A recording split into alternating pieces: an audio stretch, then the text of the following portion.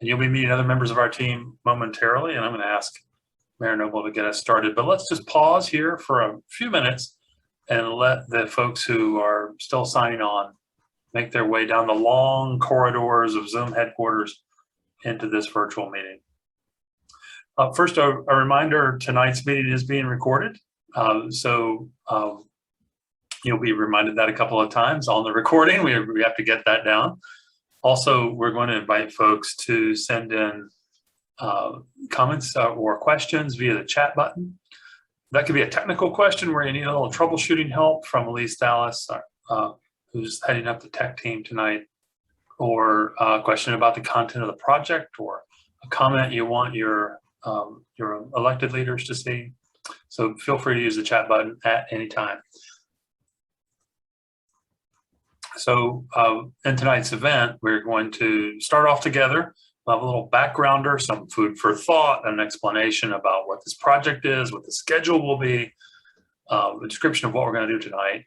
And then when that's complete, with some instructions from our able project director, Amy Groves, we're going to go into breakout rooms. We'll get a good solid block of time for intense discussion about all things Kingston Forward. And you'll be getting instructions along the way about how to participate in that. Those who are just joining us, I'm Victor Dover, town planner, urban designer with Dover Cole & Partners. We're just giving it one little batch of a few seconds more to let people are coming in rapidly. So let's let them get settled and join us in Zoom, and then we'll begin.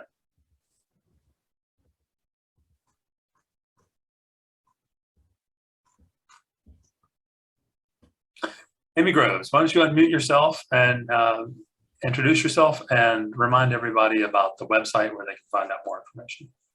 Great. Good to see so many of you joining us tonight. Amy Groves with Dover Cole & Partners. And as Victor mentioned, a lot of the information that you'll be hearing tonight, and including this presentation, will be posted tomorrow to the Engage Kingston website, engagekingston.com. So I encourage you all to go there, and let anyone who wasn't able to be with us tonight that they can go and watch and get up to speed on what we discussed.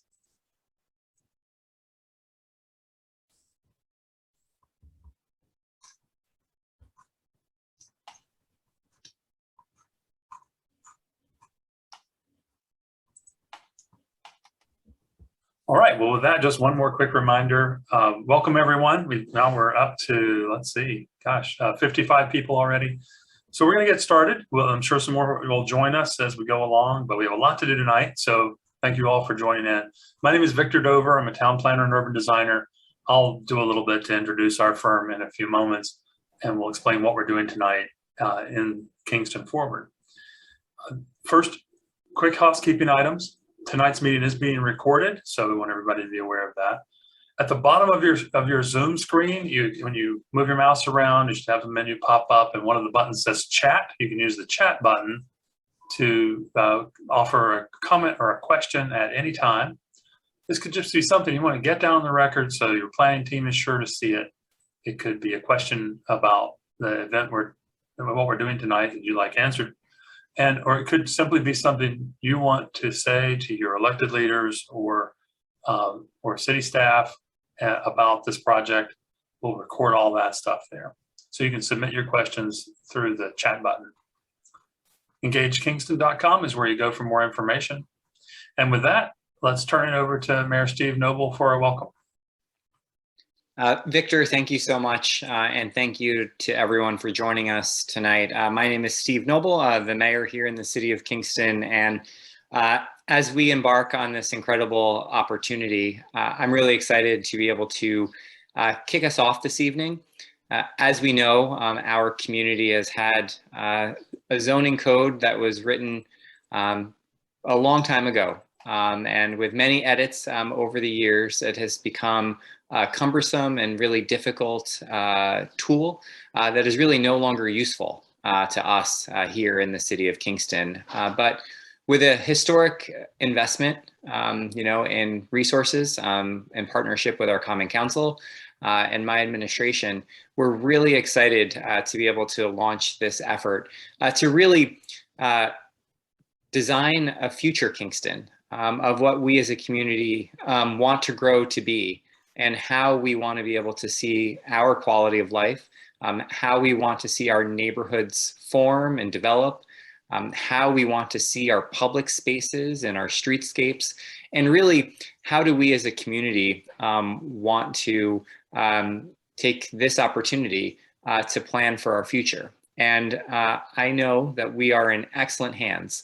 The City of Kingston did a comprehensive RFP development process.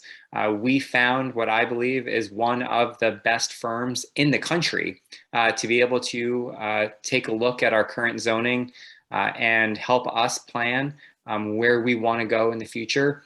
And so Dover Cole is here tonight to partner with us and to partner with you as the residents of Kingston to be able to help us really understand better what options we have and where that can lead, and really help us to visualize what that future looks like. And so I just really encourage everyone to participate this evening, to tell your friends and neighbors and colleagues about this effort, to participate in the next week where we have literally over a dozen different ways for you to be able to engage with us and our planning team here in the City of Kingston, both virtually like we are tonight, in person throughout next week, even walking tours in a variety of different neighborhoods. And so with that, I also want to just thank our team, Kevin Corte, who has been helping to work with Dover Cole, and Summer Smith, our communications director,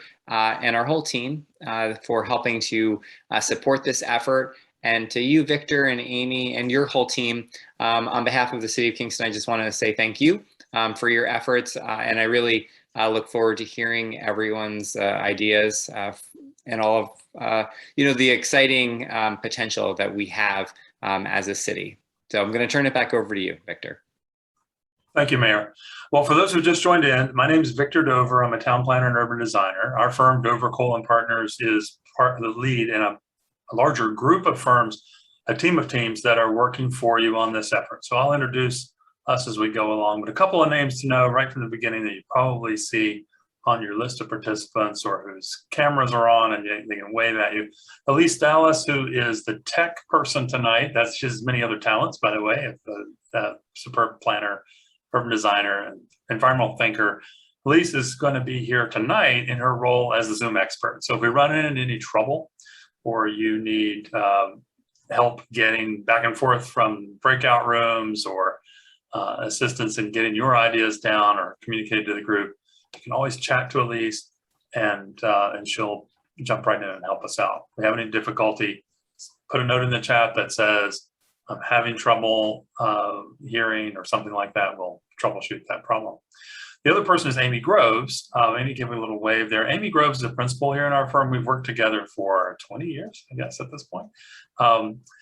She is a close personal friend, in addition to being a very special collaborator and teammate in our office. And what Amy is actually a national expert on the subject of recoding cities. So we all get a kick out of the chance to work alongside her on this effort. And Amy is going to be in charge of us over the coming week as we do a lot of things together. So let's talk a little bit about what we're going to do tonight. There's an introductory presentation here. Bear with us, we have a lot of background information, and the more you know, the more you can help push the project forward and make it what it should be. We want to share with you some of the analysis we've already begun and things we're already hearing, and we'll tee up some questions about what ought to be answered by your community as you decide, A, what you want to be when you grow up, and B, how you want to set the rules through your zoning or land development regulations to make sure that is how you end up. After that background presentation, we're going to break into small groups, and we have some specific and easy, fun exercises. We're going to have you in smaller groups so there's more intimate conversation. More of your ideas will get out. You'll be able to compare notes with one another. Each group will have one or more facilitators from the consultant team or the city or community volunteers who have trained up to assist in this work. And then at the end, we'll report back. So that's our plan of action for tonight. So as we go, at any time, you can submit questions through the meeting chat button down at the bottom of your screen. It may not be there if you're just sitting back, but if you move your mouse around toward the bottom of your Zoom screen, your menu will pop up, and the chat button is the one you use to send us a note. What's on your mind, what you're having trouble with, or what you want your elected leaders to know. Now, we're calling this Project Kingston Forward because we're looking across the horizon. We're looking ahead, not looking just back at the past century, but forward at the new one, about how you can set the rules for Kingston to become the city you want to be in the future. And so that means it's sensitive to the historic context, but also being mindful that you'd like better outcomes on equity, on environment, on economic prosperity. So this is a big chance to set that up.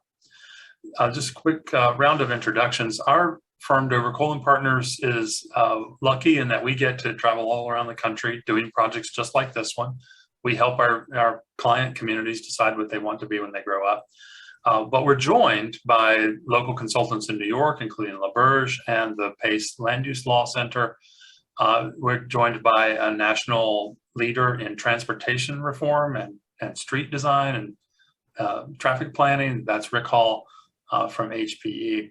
And we're also joined by a team from Gridix who are converting your existing code and the new one that we're making to a whole new platform that'll be easier to use, more interactive, better for quick analysis of the possibilities on any given property. So as we go along through the conversation, you'll hear from some of those folks, and several of us will be floating among the breakout rooms listening to your conversation.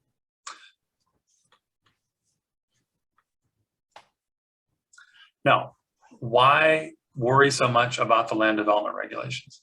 It's because the zoning or the land development regulations are like the genetic code for how you grow the town. If you have the right DNA in that code, then as development takes place, you'll get more and more of the stuff you want and less of what you don't. If that genetic material in your rule book is flawed, then you'll get growth, but it won't necessarily be the kind of growth and change that makes the city better. So that's why it's so important. And I put these two slides here in the front, just food for thought, to get you to realize that in those two pictures, they really represent the same zone. You can back that up by one, Amy, for me. Outran me there, Amy. They are the same, and yet they're so different. So how you set up the rules, these two scenes, one just kind of a street where you might say, well, that's too bad it turned out like that. And another one is traditional Main Street. They are the same color on the for commercial on the zoning maps in those towns. So that is why we have to get more right about the rule book. Now, our public spaces, including our most important public spaces, the streets, this is where we share our lives with one another as citizens. It's where we conduct commerce. It's where our impressions of a city are formed, our streets. These are like public rooms. The city is a result of a great public-private teamwork, in which the private landowners do their part by building on their private lots, and the government does its part by creating and maintaining the spaces between, especially streets. The result in that street space is what we planners like to call the public realm, and it's literally like a room. The room is one in which the private houses or businesses provide the walls, and the walkways and carriageways, or where you're moving your car, those are the floor. And sometimes the street trees form the ceiling. So that room results from rules. For example, how far back or how far forward the architecture is situated on the lots, or whether there are doors and windows and porches or storefronts or balconies facing that public realm, or there are blank walls or parking lots. This is how good regulations help set up what we call a good building to street relationship. The public realm gets its shape mainly from private buildings. Now, first, a little history, a reminder that regulating urban form to create the kind of outcomes I just described is not new at all. We've been at it for hundreds of years in North America, most notably since the 1600s, when the King of Spain issued the laws of the Indies that specified the dimensions of blocks and the position of public spaces and lots of things we would now call a form-based code. So if you go to Santa Fe, for example, you're seeing the effect of a good genetic code in the laws of the Indies. But zoning as we now know it, the idea of marking off areas of the map on the city really dates to its most important modern example in 1916. This is in the early years of the contemporary planning profession. The original New York City zoning ordinance was all about form. So it's formed for the new towers rising in Manhattan. They had elevators and steel now, so they're going higher. They were concerned about getting light and air down into the lower levels and down into the streets. So they specified in that rule book the famous setbacks or step backs. So the building went up and kind of stepped back a little bit. That set of rules was essentially in place from 1916 until the mid-1960s and resulted in those very recognizable forms from the heyday of the American skyscraper style. So form-based codes have been with us for a while. Now, this tool, mapping the city into separate zones and then deciding what goes where and which zone, took a big turn in the lead up to World War II. Originally, zoning was about getting industry separated from homes because the smoke and the hazards of industry were making people sick.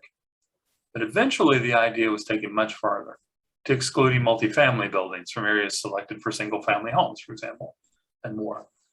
During this period, cars had become the new big technology, and cities started reshaping themselves to make the cars happy, basically spreading out and then spreading out some more. And this photograph, it's a good reminder, workers were setting up this giant model from the 1939 World's Fair, the Futurama exhibit, putting little model cars on these big streets that in their vision would slice across the cities of tomorrow like concrete ribbons. The thought was that in the future, everybody will drive everywhere for everything. So we will reimagine the public realm to sell as many cars, as many tires, and as much gas as we can. In case you didn't know, General Motors sponsored the Futurama exhibit at the World's Fair. So zoning followed suit. In the urban renewal era, a lot of trauma was endured by American cities as federal funds flowed to local governments to scrape off whole neighborhoods, as happened in Rondout, to build those ribbons of concrete and clear off what were marked on the map as slums. Kingston was just one of many cities where this happened. So Kingston's urban renewal area marked out sizable swaths of the city as so-called clearance areas. So this idea of drawing lines on a map has a history that left a lot of harm as well, urban removal, Jane Jacobs famously called it. So we've been learning how this happened by studying the 60-year-old maps that, not surprisingly, date from around the time that the zoning enforced today was first mapped and enacted into law in Kingston. It's been changed, that zoning's been changed here and there ever since, piecemeal. So now it's a patchwork, but the basic structure, like most zoning from the time, reflects a mindset that was behind both urban renewal and this march of suburbia. That was breaking the living city into subordinate parts and then leaving them to function independently with driving in between. Nationally, I'm sorry, giving me volume. Alexander? Okay. I'll speak up just a little bit. Nationally, the tools for separating the land uses turned into much more. I'm sure you've been reading about this. Zoning did become at one point a tool for, or an instrument for oppression. It was a tool for keeping cities segregated, now not just by land uses, but by income, by race, by age, and more. A lot has been written about this. These are some of the publications you might be interested in looking at if you're interested in this. But the literature really points to a contemporary need to rethink the whole system. Part of the problem is that zoning by land uses is a pretty crude tool, a blunt instrument, if you will, for getting the city that you really want. Design is the physical form, matters a lot, and zoning doesn't give it enough importance. These two buildings, for example, seen in the scene on your screen right now, are both possible under the given land use zone that applies to both these sites. So if you only know the land use, the houses go here, the shopping's over there, the workplaces are somewhere else, and you don't know the design, then you don't really know what you're going to get. And so there are a whole lot of questions that relate to what I just described that we think we'll get to together. But first, back up. Let's remember that your fine town dates from long, long before zoning crept in, and the excellent architecture built here. When as a nation we were poorer but smarter, showed a deep commitment to design, not just to land uses and or keeping the rain out, but to the way the town would look. Those building to street relationships and the neighborly ways of designing buildings were part of the pride of place in Kingston, even before the streets were paved. And to us as urban designers, historic Kingston is like a textbook on the design of beautiful, livable cities and how individual spaces and works of architecture can add up to a whole that is greater than the sum of the parts. There's evidence everywhere. Even in Rondout, where the urban renewal stomped on and removed so many pages from that textbook.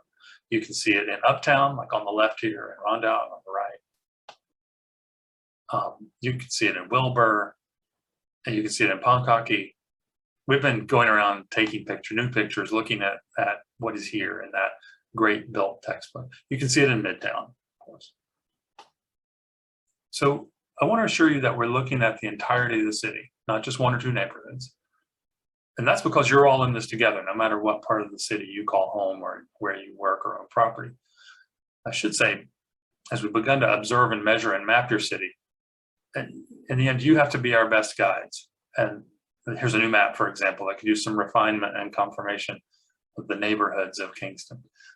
And I wouldn't be surprised if you'll see updated versions of this map as we go along to give us more feedback about it. And starting work like this, tonight's meeting is part of this. We do a whole lot of listening. We listen to you, we listen to the data, we do a lot of observing, or that is listening to the land. Over the last few weeks, we've begun going out into your streets and measuring things and writing down what we find, looking for the patterns that reflect your neighborhood's unique sense of place. There's a term for this, a nerdy term called Synoptic Survey. But what this technique does is helps us find clues about what details and dimensions your better streets and better buildings have in common. And that helps us identify what therefore new buildings should have to make them a good match with their neighbors, new or historic. So think about it like this. In the way that doctors make x-rays to do their analysis, we make maps. And here's a map, for example, that shows just about all the existing buildings. All those little black dots on the map you see are the existing buildings. You can see where the city thickens and things come closer together on purpose and deliberately, where the city thins out. You've probably heard that the city hopes to have its new regulations pulled together into what's called a form-based code. I want to explain just a little bit about what that means, and then I'm going to turn it to Amy and Elise. The most important difference between a form-based code and a conventional code is this. In a conventional use-based zoning, the city is divided up by land uses, the residential here, the commercial there, workplaces somewhere else, and so on. And then that list of use zones becomes the basis for the table of contents in the rule book. The zoning ordinance is divided up and arranged that the commercial zones and its rules are in one section of the rule book, the residential rules are in another section, and so on. And along the way, some priority, but very little, is given to design and to form. That's kind of like the proportional importance in the boxes on your left of your screen. By comparison, on the right side, the form-based code. In the form-based code, the rules are organized according to place instead of use. One section shows how to design a building for main streets. Another shows for streets along the park. Another for the waterfront zone, and so on. Uses are still regulated. It's not unimportant. It's still there. But more flexibility is built into the code. And then the rules are based on the context, the kind of place you're trying to create, and not just the use. So that's how it works. Now, why is that important? Well, the abstractions and the lack of development of direction is particularly about form in conventional codes are deep weaknesses. Floor area ratio and density, for example, as rules for the quantity of a developed land use or building bulk. They don't really tell you what sort of neighborhood will result. Look in the left side of your screen, you see three little square diagrams. All three of the scenarios on the left side of your screen reflect the same density in dwelling units per acre, for example. So if any of those could result from just having a density rule, then just having a density rule is not enough. So the goal here is to see if we can come up with codes that get into the details that make it more predictable, like affect the street feel of the result. and at the same time leave landowners more flexibility to adapt activities inside buildings over time as needs, technology, and society all change. The maps in form-based codes are more detailed. They break the maps down into more smaller pieces. And the reason for this is to overcome the one-size-fits-all thing that characterizes the conventional code. This does make it a little more complex, but it also allows for a closer fit with historic context, among other benefits. Form-based codes tend to be simplified and streamlined and beautifully illustrated, and that makes them easier to understand. Some cities expand their form-based codes to get into more things, like considerable detail about architecture. We'll be looking for feedback on just how much or how little of this Kingston wants. And as another example, we already know Kingston will want some updated context-sensitive street standards to fulfill your goals for complete streets. Kingston Forward can contribute to that. If you're wondering why so many cities are switching to form-based codes, and we're about 700 more cities in just the last several years, you can take a look at a report. It's entitled Zoned In, subtitle, Economic Benefits and Shared Prosperity with Form-Based Codes. This was published very recently, just in the last couple of months. So it has the latest research by Smart Growth America. So Google Zoned In Economic Benefits and you'll find this document. Here's what it says. Cities that use this technique are bringing in more revenue, but they're experiencing less displacement than their peer cities that use conventional use-based zoning. That report found that the form-based codes were better at addressing the housing shortage, better at keeping rents within affordable reach, better at improving the city, and better at avoiding having the zoning rules deepen the racial divides. So that's all very encouraging. Now go read up on that and tell us what you think. Amy? Great, thank you. I'm going to talk a little bit about the planning process and where we are. So we are overall at the very beginning. We started in September and came out for a site visit and launched an initial survey that's been on the engagekingston.com website. So this week, you can see the largest star on the timeline is the charrette week. So the goal of this week is to be working with the community to establish the vision for Kingston. Then we're going to use the conversations from this week and that vision in order to update the zoning code. So what happens next? So after the charrette week, we're going to post the results of the charrette and continue to gather feedback online from anyone who couldn't come to this week's meetings. We'll also start drafting the code, which we anticipate having a first draft by the spring, when we'll be coming back to present the draft and get more feedback. You'll also see an acronym on this timeline called the GEIS. I'm going to ask Nicole Allen from LaBerge if you would step in and explain what that is. Sure. Thank you very much, Amy. So as part of the process, we will be evaluating the environmental impacts associated with the changes in the land use code. So the GEIS is a generic environmental impact statement that will be developed as part of this process. In New York State, you're required to do SEQR, which is State Environmental Quality Review, on any action. And so under this process, this falls under an action that would require would be reviewed as a type 1 action. That requires a little bit harder look at what those environmental impacts would be. And then any potential mitigation that would be associated with those changes. So as part of the process, we'll understand what all of the existing conditions are, what the changes would be, and then look at how the code would be best modified to mitigate any of those appropriately as part of this. Thank you. So you can see in the overall timeline, our goal is to move forward with the code and the EIS in parallel so that both would be ready for adoption at the same time. And could be as soon as 1 year's time. So the overall timeline does depend on how many rounds of revision we do once we have a first draft. But this is our preliminary timeline we're moving forward on. So this week, the charrette week. So we're going to be having a variety of workshops. We'll have an open studio at City Hall, stakeholder meetings, walking tours, and the goal is to be talking with the community and gathering input. We'll start with meetings like these. We have this one virtually tonight. We have a second meeting in person tomorrow night at City Hall. Then our team's going to be working to synthesize everything we've heard and having additional stakeholder meetings and walking tours. Then next Wednesday, November 10th, we're going to have a work in progress presentation. So we're going to summarize everything we've heard and seen and done so far and ask if the work is on the right track. And we really like to work in a visual manner. So we're going to hear a lot of words and ideas over the next few days, but we're going to be then taking those words and doing drawings like these, showing what the potential for future development, for future streets, for future public spaces. And we'll be asking, is this what you meant? Is this on the right track? So you can go to engagekingston.com to see the full detailed schedule. I'll put it up here. I'll also pull this up at the end of the night so you can take some notes. And you can see on this middle column here, it's all of the various events, walking tours and stakeholder meetings.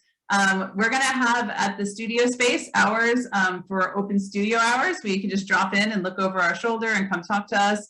We've also arranged to have open studio hours in other locations. So for example, Sunday night in Rondout, Monday night in Midtown, Tuesday night in Uptown. I've got those locations off to the side here. All of the details, the meeting locations for the walking tours and these additional locations for the studio hours are all at engagekingston.com.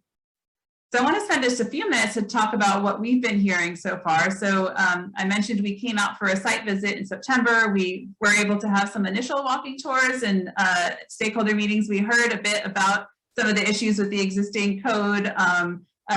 So desire to have some more clarity as the overlapping layers of the code, concerns about equity and potential for displacement and gentrification, and wanting to make sure that the code could address those concerns. Discussed housing affordability. Parking always comes up, it seems, at a lot of conversations. We learned a lot about urban agriculture and some of the studies and planning that has been done so far. Green space preservation. So these are all things that we're learning and expect to hear a lot more about this week. I mentioned on the website, engagekingston.com, you can push the button for Kingston Forward and learn more about the project. So we have a survey that's been up for the past month. We're going to leave it up through the end of the charrette, but I want to preview some of the results, what we've been hearing so far. So I will say these will probably change as more people fill out the survey over the charrette week. But we're asking questions like, should Kingston grow? And if you would like to live in walking distance to other shops or other destinations, and asking if you have adequate space for parks and gatherings. And we're thinking about these questions. For example, that last one is pretty split results. We had 48% of respondents said yes and 38% said no. So we want to learn through these meetings, does your neighborhood, which neighborhoods are lacking in park space, and maybe there's a way for the zoning code to incentivize additional park spaces in those areas. We've been asking what you think Kingston needs more of. It's housing has been the top response so far, but also parks or gathering spaces, civic uses, and artisan space also got a lot of responses so far. Residential neighborhoods, we've been asking if you think that residential neighborhoods should allow corner stores and small offices. A lot of positive responses so far on that. Also, a lot of people have been saying yes about accessory dwelling units, if those should be allowed in more parts of the city. We also were asking about if buildings could be taller or include more units if they were creating affordable housing. So I'm curious for folks on the call tonight how you feel about that question. This question, the response we thought was interesting. We asked about duplexes, triplexes, and fourplexes and where they should be allowed in part of the future regulations. So far, 40% of respondents feel that these different housing types should be allowed in most of Kingston's residential neighborhoods, and followed closely by allowing them in some, for example, near commercial areas, or potentially allowing duplexes, but not triplexes or quadplexes. So these are, again, some of the conversations we expect to continue to have as we're thinking about what the future zoning for the city should be. Finally, transportation and streets. We asked about parking, and if a lack of parking prevents you from shopping or dining as often as you want to. But it was interesting that we had 66% say never, but yet 15% say every day. So we want to learn more about that from you, where folks are having trouble with parking, and also where it's easy, and be thinking about that as we're writing the regulations. Also asked if you would walk, bike, or use transit more often if there was improved infrastructure, and 72% so far have said yes. Hey, Amy, before you go on, let me just ask, first, let me make sure I'm correct about this. That survey is still open and people can still respond if they haven't yet, correct? That's right. Mhm. All right, so I'm thinking any of you who are watching those answers that we've seen so far, think of them as like early returns and when it's still daylight on election night. If you have a different opinion, get on that survey and put your opinion in there and add it to the mix. And Amy, let me ask Amy, how many respondents so far? I think we're at 144 so far. All right, so we could use a lot more responses. So share that link, get others to contribute. And Anthony, that's the answer to your question on how large is the sample? Answer: meaningful, but not large enough. So we need more people to take the survey. Thank you, Amy. Great. So I mentioned we've also been getting up to speed on all of the previous work that has been done before. We want to make sure we're building upon all of these ideas. And I'm going to ask Elise to give a short summary of a few of the things that we thought could be relevant to the conversation tonight. Thank you, Amy. So for our initial analysis, we reviewed planning and zoning documents along with current projects going on with within the city as well. We took a look at the comprehensive plan to understand the goals and planning initiatives for Kingston. The open space plan gave us some insight on which areas to look for conservation efforts. And the Green Line project has already increased bike lanes around the city, like we saw on our site visit. And as the zoning change can be a way to support this project. So we're also looking at ways that zoning can support the local urban agricultural communities in Kingston. And the climate action plan is currently being updated with a draft now available on the city website, which is very exciting. There's going to be a presentation about it on Monday. This plan is helping to give specific zoning recommendations. So during our analysis phase, we also created some analysis maps to help us better understand the current conditions. Flooding is a major factor to consider when planning for the future, since major flood events will be happening more often. And these are important environmental areas in the city that we identified, that were identified in the open space plan. And this map looked at park space and access to that space, so we can look for ways to increase access to parks. And here we looked at the different types of trails and access to the trail network throughout the city. And here we started looking at factors that the zoning code would regulate, specifically including lot area, building intensity as well. And then we also analyzed the current zoning and its regulations to better understand any issues or limitations currently going on. In this map, we identified areas under the current code that allow for mixed use and the ones that allow for just single use. Setbacks are another factor that the code regulates that can impact street design. And then lot coverage includes everything that you are allowed to put on your lot, including buildings, parking lots, sheds, even swimming pools. Building height and finding an appropriate size building for the neighborhood character is something that we're going to be focusing on during our process. And this map is really interesting because it shows the lots that currently do not meet the minimum lot requirements under the current zoning code. And all these maps we're going to have available during our charrette process on big boards that you can come look at. So they'll be available to view for more time. Great. Just a few last words. We wanted to mention about a few trends that we see nationally that we thought were relevant given some of the initial conversations that we've heard. So one is about missing middle housings, and what that is, we see there's a lot of, when we see new development, a lot of single family homes and then a lot of mid-rise apartments, but we don't often see construction of a lot of what's called the missing middle. And that's the duplex, triplex, townhouse. And we wondering about that. And we have this long list of potential reasons why people are not building missing middle housing. But the one takeaway from this slide is that many of those things have to do with zoning. So, for example, the parking requirements are too high; you can't make it work on the lot, or there's prohibited on the mix of land uses, or the lot coverage doesn't allow. So as we're thinking about what the rules for development should be, if it's important to have more of those different types of housing, we should be thinking about writing these rules in a way that would allow them.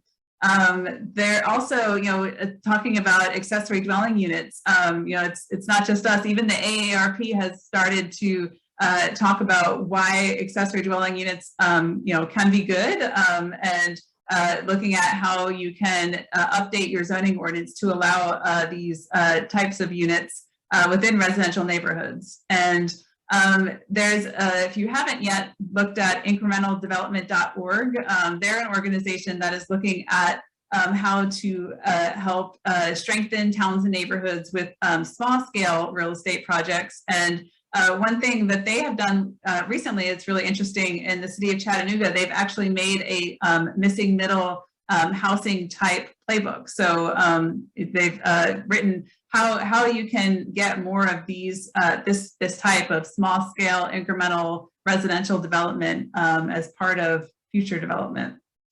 I mentioned parking before. It's always part of the conversation. There's a few reasons why the number of parking spaces are set for a certain lot. So some of them have to do with the property owner. They decide how many parking spaces they think they need in order to attract and retain tenants. Sometimes bankers are involved in deciding, requiring a certain number of minimum parking spaces. And then cities set minimum parking requirements. But more and more we see cities have started to abolish their parking minimums and let the market decide what's needed. So, the quick Google search on the topic, you can see, lots of different articles from different sources that, talk about cities across the country that are exploring this. And I'm going to bring up just one last slide, a map that shows, I thought this was interesting, all of the cities across the country that have started to remove parking minimums. So the minimum amount of parking, it affects of course we want to have parking to support our businesses, but also you don't want to have too much, because that will affect, the quality of the walkability of the place where you are. So I think we want to get that just right amount, and want to hear from you all what you think that is. So now we've heard us talk for a while, but we want to hear from you. So I'm going to just spend 2 more minutes talking about what we're going to do, and then we're going to break into groups and do some brainstorming together. So we're going to have a facilitator from our team with each group, and we're going to break into groups and have a map, and the facilitators will be able to mark the map, key locations and ideas as we're talking. And we're going to talk for about 45 minutes or so in groups, and then we'll come back and share with everybody what each group talked about, so you can hear what the conversations were happening in other rooms. But these small groups allow us to really get into lots of good conversation with folks. And so first we're going to share the ideas. Each of the facilitators has some questions to get things started. Things like what are your favorite places in Kingston and what makes them specials? Or are there places where infill and redevelopment should be encouraged? So things that could spark some conversation and thought. But if you have input and ideas that aren't on this list, of course we the conversation will go where your interests are. And so towards the end of the session, we'll spend some time working with the group to fill out this survey, where we'll try to consolidate the discussion to the 3 main ideas that you want to report back to the larger group. And just a couple of ground rules. So again, each breakout group is going to have a facilitator who's able to mark on the map and fill in the survey. So you need to tell them your ideas. You can also add notes directly in the chat area, and those are going to be recorded. So if someone is talking and you have a great idea and you don't want to lose it, please go ahead and type that in and get that in the chat. So we'll have a record of that. And we want you to focus tonight on what, not just how. So we know there's always lots of complex things to make things happen, but we want to first get the big ideas, and then we'll figure out how to make them happen. Just a rule of thumb for Zoom meetings, if there's a lot of background noise where you are, if you could keep your mic muted until you're ready to talk, that'll help everyone else to hear each other. And then again, just be open and courteous to hearing everyone's ideas, and most importantly, have fun. Amy, before we Elise sorts us into the multiple rooms, do one quick reminder about tomorrow night's event. So tomorrow night, again, we're going to do a meeting very similar to this, but in person. And so we'll have tables and maps and markers and be able to actually draw on maps together. So if you are able to come tomorrow night, I think the beginning presentation will probably be pretty similar to what you just saw, but the session, of course, will be unique when another new conversation. If you could help to encourage your neighbors also, if anyone couldn't make it tonight but can make it in person, tomorrow night at City Hall would be another chance to talk with us. City Hall time? 6 o'clock. We'll start at 6 p.m. All right, thank you. Okay, so now Elise is going to be breaking everyone in. You're going to have a pop-up on your screen that looks like this, and when you see that, you're going to want to click the button and join your breakout group. We'll see you all back here shortly.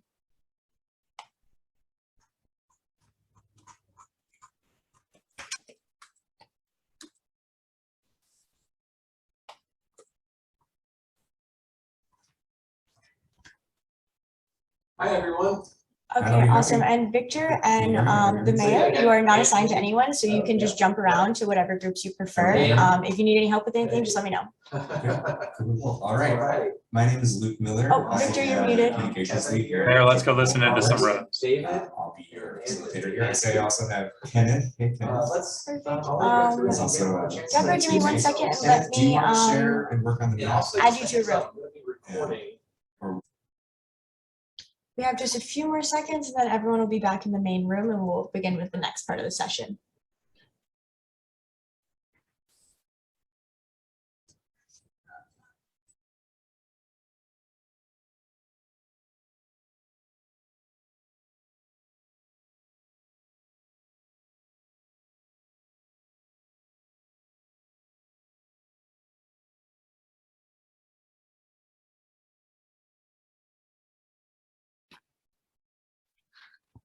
Well, everybody's making their way back now into the big room. And so Lisa's shutting down the breakout rooms, and folks are coming back from the smaller groups into the big group, so we can get a lightning round review of what was discussed in all the rooms. And of course, this is very accelerated. We're rushing you a bit. In conversation we have all week to discuss these things. We want you to drop in as we continue to work in person. Starting tomorrow evening. But we have a chance right here to pause while it's fresh in everybody's mind and go around from room to room and learn what the most important ideas were that were discussed. We've got some great maps to go back and puzzle over and ask ourselves what that group meant by that. We've got your names so we can track you down if we need to ask you a question about it. And so Amy, how are we proceeding? We're going to go through the rooms, and actually I'm going to have Elise or Camilo call on each person, each room, and you could, they will find you and unmute you so that you, or you can unmute yourself when you hear your group number called, and just want to hear your 3 big ideas.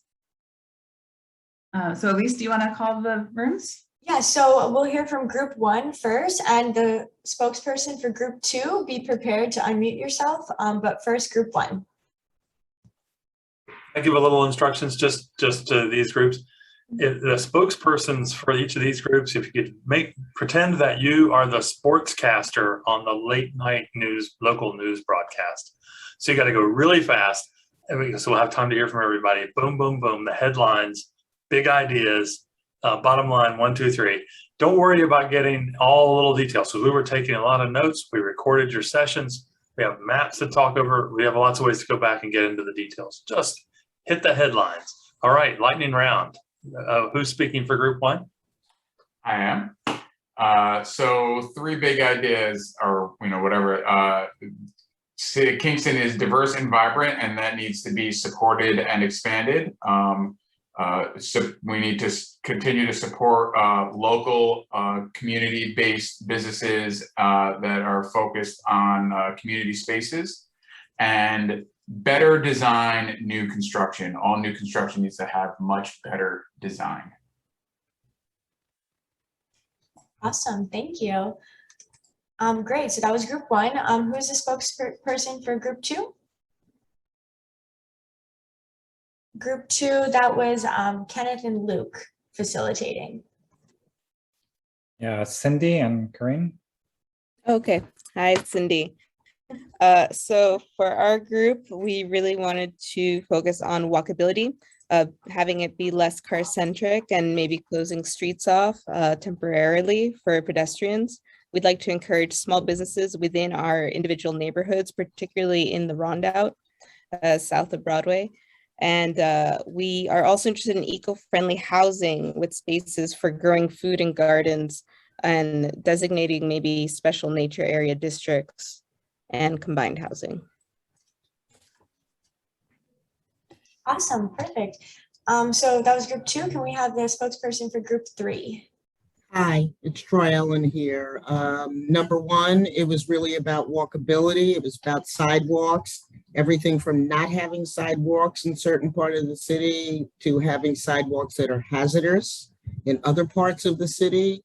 It was about what neighborhoods can have, whether it's ADUs or people having cottage industry in their, private home without offending the neighbors, retail, commercial space, and single family.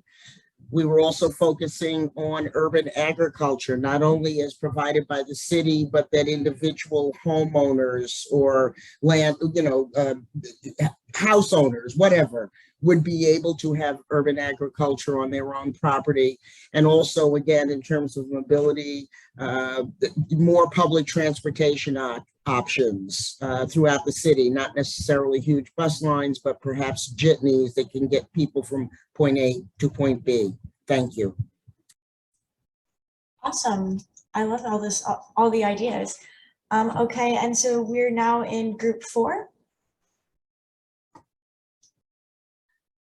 Group 4 had Kessie as a facilitator.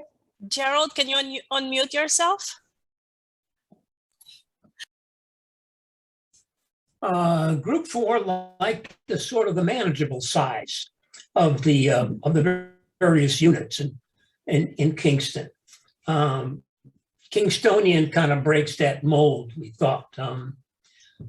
We like the art district. That's really right up the main alley of being able to have people doing stuff in their homes around where there's manufacturing and stuff right in the community.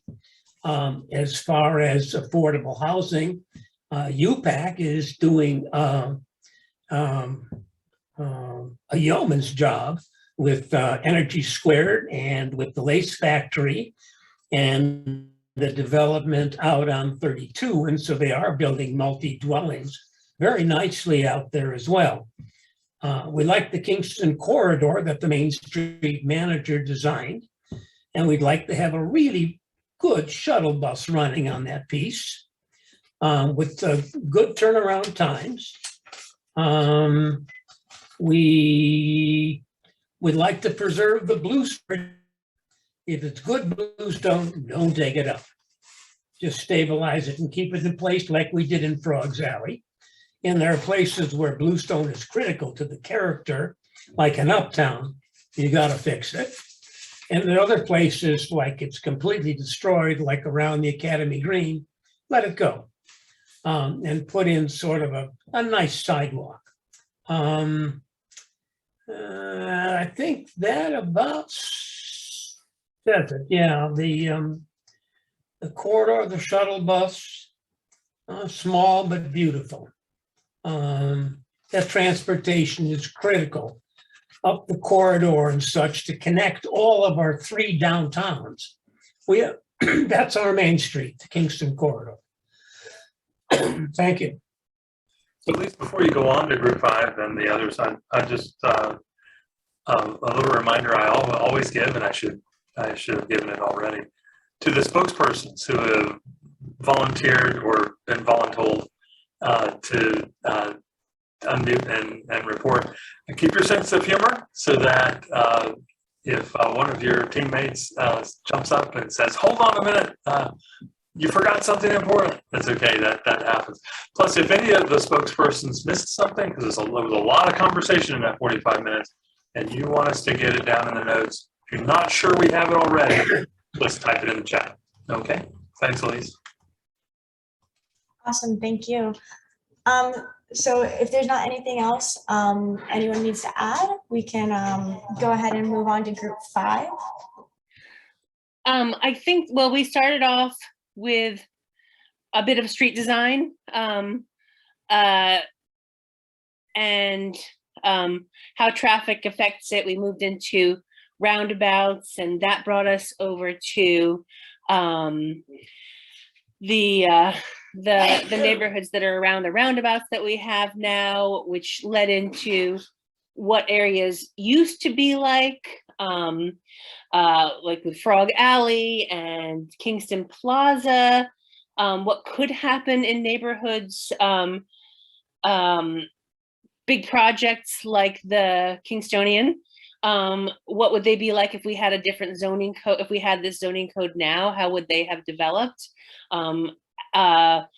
The larger developers asking for changes of zoning codes so that they could develop what they wanted. Walkability and access to interesting walks. The fast food areas versus the more old-fashioned mixed use areas, with denser development and more walkable areas versus the car-centric areas. And different kinds of residential units, not only where there's rentals, but also a sort of a feeling of different areas of, like, one example was Washington Avenue, how one part of Washington Avenue has it's sort of different than another section in terms of who lives there, and renters, do they need to be watched, or is there a bias against them? That sort of thing in terms of homeowners and single family units versus multifamily units, and what makes for mixed use, and what used to be here, and what could we have in the future. A lot of stuff. Yeah, but all great ideas. Great to hear. Perfect. Thank you, Okay. Tanya. Thank you. And so we're going to go ahead and go to Max's group, group 6. Could I pop in for a second? Yeah, so if you guys want, we could get through all the groups, and you can also send messages in the chat and I'll things put like it in the that. chat. Okay, perfect. Thank you so much. And Max, who was your spokesperson? So Emily, you can mute. This is Emily Hauser. I'm group 6. We talked about a lot of things. So we talked about having commercial stores with staples and other things that we really need. And, nearby, we want green spaces and more trees, tree canopy, housing to be infilled and including refurbishment of buildings like the Wonderly building, and affordable housing is included in that, of course.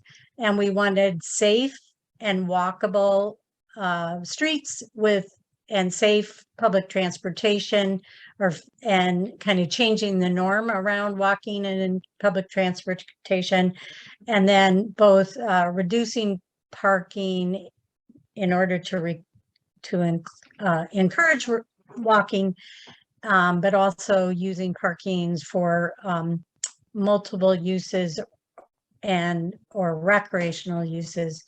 And then we discussed the possible resilient development of the waterfront, of the Roundout waterfront, especially in the brownfields, if they could be done within the constraints of sea level rise. Great. Thank you, Emily. Yes, thank you. Perfect. And then we're going to go ahead to group 7, who had Louisa facilitating. Yeah, Alexander, I voluntold him during our chat just now. He's Hello, agreed everyone. to So, present. group 7, we talked about, we started off with the Midtown opportunity in the area where all these warehouse uses are, and trying to create a greener and more adaptive reuse for that area. We talked about the train that goes through the town and improving crossings and decreasing the nuisances such as noise and congestion.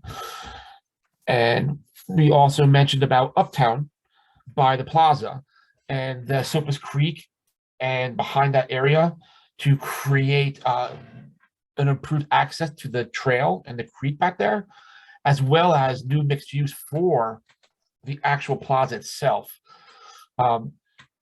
Somebody actually mentioned about the ability to build a second story to it and maybe create housing there, which is a fantastic idea.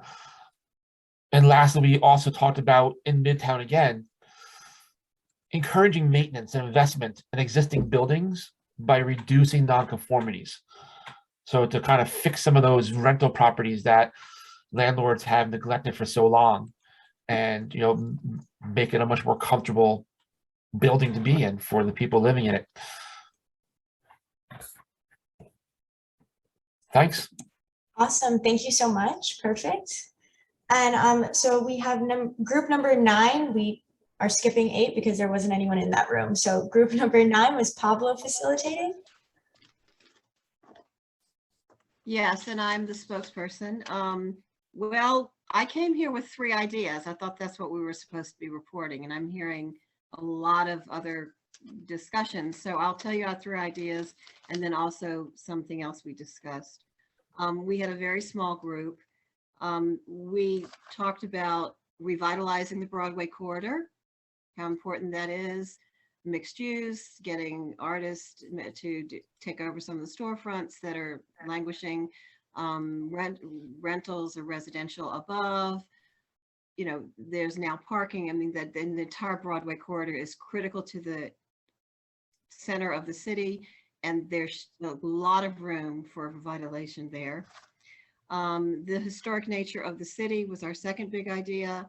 The respect of the bluestone and the respect of the fact that this is a tree city, not losing the tree canopy, not cutting down trees, incorporating trees and existing trees into the zoning code. I mean, I don't know how that would work, but you really need to respect what's here. We don't need to tear everything down just because we have a new code and we're going to make things new. Then affordable housing, but particularly ADUs, because a lot of the housing stock in Midtown and Roundout and other areas is already built. People aren't going to tear down their house to build a fourplex, but you could take a garage or you have a large yard and you could, put an ADU there. So that was also a way to help address affordable housing. But also, as mentioned with the Broadway corridor, the streetscape where you have storefronts downstairs and you have housing upstairs. I mean, again, you go to any city, New York City, Boston, Chicago, people live above the stores. So there's a great opportunity there to have that mixed use. And when you've got people living where there's commercial stores, then you have a whole different kind of flavor than when you have people leaving the corridor at the end of the day and nobody's there at night. And then the thing that I would like to add, that's not one of our 3 big ideas, was the whole, because bluestone has been critical to the historic story of Kingston, providing it to the country and other countries, and the fact that the bluestone should be part of a preservation of the city and in the code. So if you've got areas that are bluestone, they should be tried to be maintained, not removed throughout the entire city, not in particular places, but throughout the entire city. That is part of the history and the fabric of the city, and it should be respected. And so those are the things that we talked about. Awesome, thank you so much. And last but not least, we have group number 10 who had Joe and Nicole facilitating. Hi, I'm not least. And here in group 10, we talked about many of the same things that have come up already. Absolutely having more mixed use within neighborhoods, to have local, corner stores. There were a number of places pointed out on the map that could in theory be park spaces, because there's a kind of dearth of them, especially in Midtown and various places like that. And we also brought up questions of zoning for co-housing solutions, which sounds a lot like some of these other innovative housing things that have come up, but it's just another way of turning spaces into useful communities. Co-housing is very community oriented. So those were our main points. And of course, we had many other sidetrack things having to do with, but mostly with walkability and the ability to have stores and jobs. That's the other thing that is kind of missing from Kingston.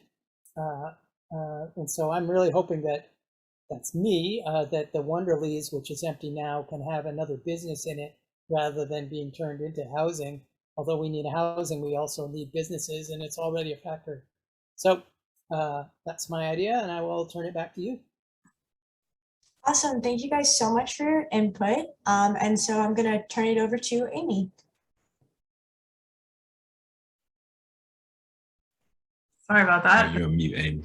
I just want to thank everybody for coming out and sharing all your ideas. It's always so interesting to hear the different ideas and to hear things that were common among some of the tables and things that were different. And I want to let everybody know we're going to be going back through all of the surveys and the notes and the chats. We have all those saved.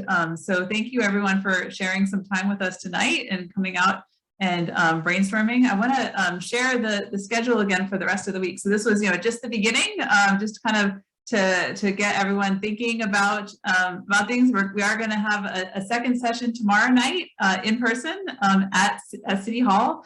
So again, at 6 o'clock, if you can, if you're able to come, or if you're able to tell your neighbors about it, and if they're able to come and share their ideas with us, that would be great. And then again, a number of opportunities over the coming week. We'll have walking tours on Saturday and Sunday.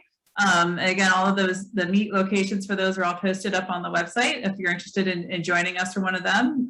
Or you can, of course, message myself anytime. I think I'll go ahead and add my email to the chat here so everyone at this meeting has that. And if you have a question about where something is, you can just reach out to me.